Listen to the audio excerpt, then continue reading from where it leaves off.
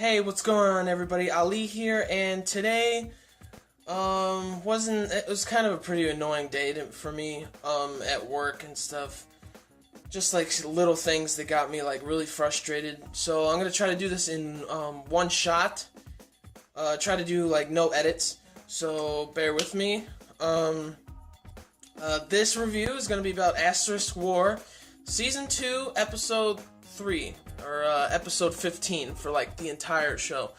And mostly, like, I think the first half was about Ayato. He's like daydreaming and stuff, and Julius is like, what are you doing? Because they're trying to practice for their next match against the twins of the Jailong Academy. And he's, after what happened previous episode, when the other student council president of the other school was talking to him in the limo about his sister, saying that she lost, and he's saying that, like, most likely she didn't die, but Ayato keeps thinking in his head that he just keeps thinking about his sister, and Julius is like, to me, you look more afraid if you see her again, and stuff like that. And he is like, I'm thinking like, you're right, because like if he sees her again, what's gonna happen? Like, did she abandon him? If she was alive, did she really abandon him or something? Like he's like afraid to know the answer, and I mean I kind of would too, but yeah, the first half was him. The first half of the episode was him kind of like daydreaming and constantly thinking back of with his sister, and there's a scene where he's in his bed just like with his hand over his head, and he's just thinking about the past, about this one day where he was sparring with his older sister and Haruka, and all of a sudden, like, well, you know, Saya was one of his childhood friends, and it was a flashback with him, his sister, and Saya, and they were fighting stuff. She never won. I mean, he never won against his sister, whatever. He got so frustrated. So Saya came up to him, and she's like, she's like, she looked so cute, because he's like, it's not cool. I don't think it's really cool to say what you're gonna do in the before you do it, like fighting style. You know, animes, they say like their special move before they hit, and he actually addresses it like, I don't think it's really embarrassing. It's really weird. And then Saya's just like, nah, it's cool. It's so cool, Ayato. Which was really cute. I like that little scene. And so she said, why don't we team up on her in a match? And he's like, I really want to beat her at least once. So they both team up against his sister, and they're doing like a lot of like real good tactics and stuff. Like Saya is shooting her guns while Ayato's running in with his wooden blade, and Saya uses kind of like a smoke grenade too to like confuse Haruka, but they still didn't beat her, which is kind of disappointing. But they almost beat her until she actually used her own power, the Shinmei style power, which was hers was pretty cool. And so they lost, and that was like a whole flashback of what was going on back then. So then it was flash forward to the present, and Saya and Ayato are talking in his room, talking to each other, and Saya is kind of reminiscent, because Saya has like this little pass that says like a free favor pass that they used to have when they were kids and stuff, and she still had it in her pocket, which was it was nice, really adorable. And she said that no matter what she basically said, no matter what you're going through, I'm here, but not only me, there are other people that you can lean on. So you can lean on someone else. And she's like, admittedly, I don't have to be the only one, which is a bummer to her. And he's like, and he's kind of like, still has a worried face, but he's kind of smiling, and he's just like, yeah. In his head, he's like, yeah, I guess so.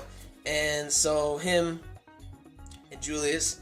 Second half of the episode, they finally get to start fighting the twins of the Jailong Academy, and it's pretty cool, like, what their abilities are. Like, they're basically ninjas, okay? They're basically ninjas. They can do clones, they can make themselves invisible. It's, like, crazy. Ayato and Julius, they found out that most of the matches that the twins fight in, they try to expose their opponents, like, their weaknesses or whatever. And then they had the biggest weakness that Julius Ayato has. Ayato only has that 5-minute mark where he can unleash, like, all of his power. And so they basically exposed that in the fight. Even though that Julius and Ayato knew that was their weakness, and then they have to, like, try to go around that, but they couldn't. And basically they had paper bombs and stuff, you know, Naruto kind of reference thing. The Twin Dragons had paper bombs, like, invisible, like, lined up everywhere around the arena. Well, at first they used, the Twin Dragons used, like, a smoke screen kind of thing, but it was more of, like, a mirage because it wasn't really, like, smoke. And while they were doing that, they planted the bombs, the paper bombs everywhere without Julius and Ayato knowing. And so they're just fighting it up, and Ayato goes after Shinhwa, and I think Julius goes after Shinyi, and one of them uses clones, the other turns invisible. It's, like, all crazy.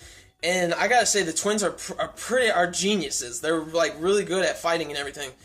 And Ayato, 5 minutes are up. He's on the floor, and Julius is right next to him. They're both beaten up, and Ayato's like, I think he keeps saying him sorry and stuff like that. And then Julius is like, I'm gonna say something that you've said to me since the beginning that we've met each other. I'm going to protect you. Please let me protect you. And a light kind of switched in Ayato's head, or a light bulb, and I think, and he saw a flashback of his sister, and that's when I thought that maybe that was the trigger to, like, unseal his powers, because maybe his sister put that seal on him so that when the time comes that he realizes that he isn't alone, and that he can have other people, like, protect him and help him through, like, tough times and stuff. I think that was the key to unlock the seal. I think that's what his sister did. I think that's why she did it. So, yeah, that's how the episode ends. I'm pretty excited for next episode because we're gonna see him. I think he's gonna use his full power again, but this time it's gonna be a lot longer than 5 minutes. I don't think it's gonna be, like, unlimited. I think it's gonna be just a little. I think he broke a little piece of the seal off, and yeah, that's gonna be really cool. The animation was amazing. This whole series, like, the animation and the fight sequences are, like, terrific. There's no bad animation anywhere in this show, which is great.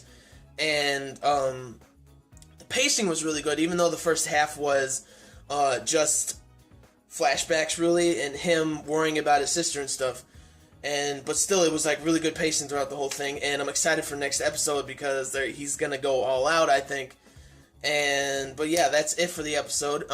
Like the video if you did. Comment down below what you thought about the episode. You're excited for next episode, and subscribe to my channel for more reviews, unboxings, live reactions, vlogs, things like that. So, gentlemen, stay classy, ladies, stay sassy, but most importantly, everybody, you gotta stay nasty, alright? So, peace and love, and I will see you all later. Oh yeah, and I forgot to mention, I give this episode an 8 out of 10. 8.5 out of 10, so, yeah.